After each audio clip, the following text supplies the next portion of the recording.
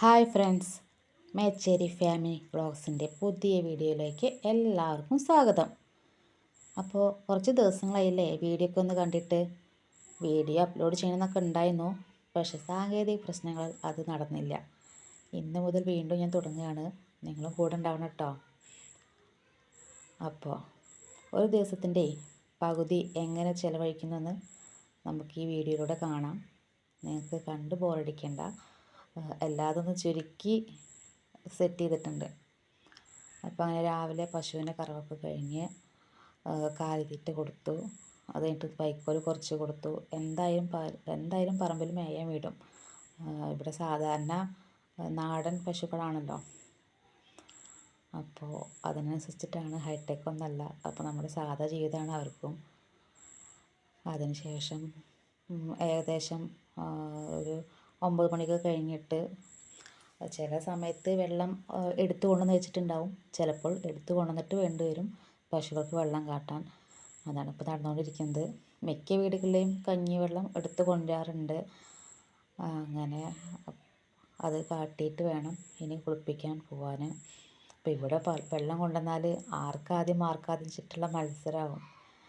ഇതാ പശു പ്രസവിച്ചിട്ടുണ്ടായിരുന്നു കേട്ടോ. കണ്ടില്ലേ ഈ കുഞ്ഞനെ? അവൻ സുഖമായിട്ട് കിടക്കുകയാണ് പാലും കുടിച്ചിട്ട്. ഇനി പൈപ്പും ഞാൻ തമ്മിൽ കുറച്ച് കയ്യാങ്കിലും ഉണ്ട്. ഒന്നല്ലെങ്കിൽ പൈപ്പ് കൈക്കൂടെ പോരും, ഇല്ലെങ്കിൽ പൈപ്പ് കൂടെ വെള്ളം തൊഴുത്തിലെത്തും. അപ്പോൾ ഇന്നിപ്പോൾ സെറ്റായിട്ടുണ്ട്, വലിയ കുഴപ്പങ്ങളൊന്നുമില്ല. അങ്ങനെ ഇതൊക്കെ കാണുമ്പോൾ നിങ്ങൾക്ക് രസമായിട്ട് തോന്നും. പക്ഷെ ഞാനും പശുക്കളും അത്ര കമ്പനി ആയതുകൊണ്ടാണ് പശു അത് കൂടെ കിടക്കാൻ സമ്മതിച്ചത്. പൈപ്പിൽ വെള്ളമൊക്കെ പിടിച്ച് ആദ്യം എല്ലാ പൈപ്പിലതിനൊക്കെ ഒന്ന് കുതിർത്തിയിട്ടു. 5 സുന്ദരിമാരുണ്ട്. 5 സുന്ദരിമാരെയും ഒപ്പം കുളിപ്പിക്കാൻ വേണ്ടിയിട്ടുള്ള ശ്രമമാണത്. അപ്പോൾ അവരെ നന്നായിട്ട് കുതിർത്തിയിട്ടിട്ട് വേണം നന്നായിട്ട് തേച്ചരച്ച് കുളിപ്പിക്കാൻ. അപ്പോൾ ഞാൻ ആദ്യമൊക്കെ ചെയ്തിരുന്നത് പറമ്പിലേക്ക് ഇറക്കി കെട്ടിയിട്ടാണ് അവരെ കുളിപ്പിച്ചിരുന്നത്. അപ്പോൾ എനിക്ക് അത് ഇത്തിരി റിസ്ക്കായിട്ട് തോന്നി. അതിനേക്കാൾ എളുപ്പം പൈപ്പ് നേരിട്ട് തൊഴുത്തിലേക്ക് ആവുമ്പോൾ ഏകദേശം അത്രയും സമയം ലാഭമാണ്.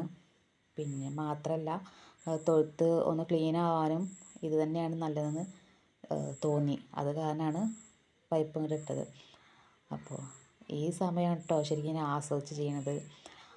ഇവർ ഓരോ പ്രവൃത്തികളും, പശുവിനെ കറക്കലും വൈക്കോൽ കൊടുക്കലും, ഇതിലൊക്കെ ഓരോന്നും ഞാൻ ആസ്വദിച്ചിട്ട് തന്നെയാണ് ചെയ്യുന്നത്. ഒന്നും ബോറടിച്ച് തോന്നിയിട്ടില്ല.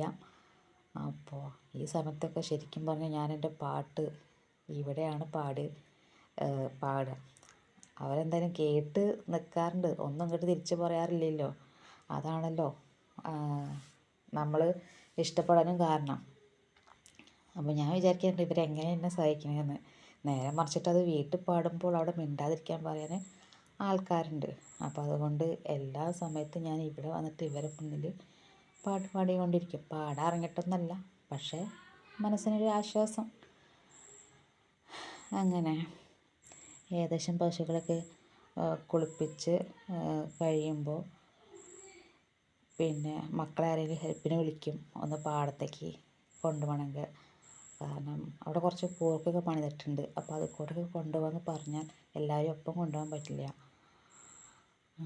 അപ്പോൾ പാടത്തിനപ്പുറത്താണ് കുറച്ച് പറമ്പ് ഉള്ളത്, അവിടേക്ക് കൊണ്ടുപോകും. ഒഴിവുള്ള ദിവസങ്ങളാണെങ്കിൽ അതായിരിക്കും എളുപ്പം. അങ്ങനെന്താ ഇവിടുത്തെ സാധാരണക്കാരുടെ കൃഷിയാണ് കൂർക്കപ്പാടങ്ങൾ. ഒരുപാടുണ്ട് കേട്ടോ. ഇതിപ്പോൾ ഏകദേശം 2 മാസം ആവണുള്ളൂ. 3 മാസമാണ് കാലാവധി. നെൽപ്പാടും പിന്നെ തോടിൻ്റെ കൂടെ ചെറിയൊരു പാലം ഒക്കെ കടന്നിട്ട് അവിടെ അമ്പലം, ശിവൻ്റെ അമ്പലമാണിത്. അങ്ങനെ അവിടെ തൊട്ടടുത്തുള്ള പറമ്പ്, ആ പറമ്പിലാണ് മേയാൻ വേണ്ടത്. 3 പേരെയാണ് ഇപ്പോൾ കൊണ്ടുവന്നിട്ടുള്ളൂ. ഞാൻ പറഞ്ഞില്ലേ അത് കൂടെ കൊണ്ടുവരാൻ ഭയങ്കര റിസ്ക്കാണ്. അങ്ങനെ 3 പേരെ കൂടെ കൊണ്ടുവന്നു. പിന്നീട് വീട്ടിൽ തിരിച്ചു വന്നു 2 പേരെയും കൊണ്ടുപോകാൻ. അപ്പോൾ നോക്കുമ്പോൾ അതാ കോഴി മുട്ടിടാൻ കിടക്കുന്നുണ്ട്. അപ്പോൾ അതും ശ്രദ്ധിക്കണം. 2 പശുക്കളെ വീണ്ടും കൊണ്ടുവന്നിട്ട് പാടത്തേക്ക് ആക്കി.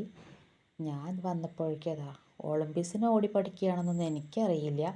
ഓടണു, കഞ്ഞിവെള്ള പാത്രം കമത്തി വെച്ചിട്ട് ചാടണു, വീണ്ടും തിരിച്ചോടണു, അവിടെ നിന്ന് അങ്ങോട്ട് ചാടണു. അങ്ങനെ ലാസ്റ്റ് കയറെടുത്ത് കെട്ടിയിട്ട് വന്നു.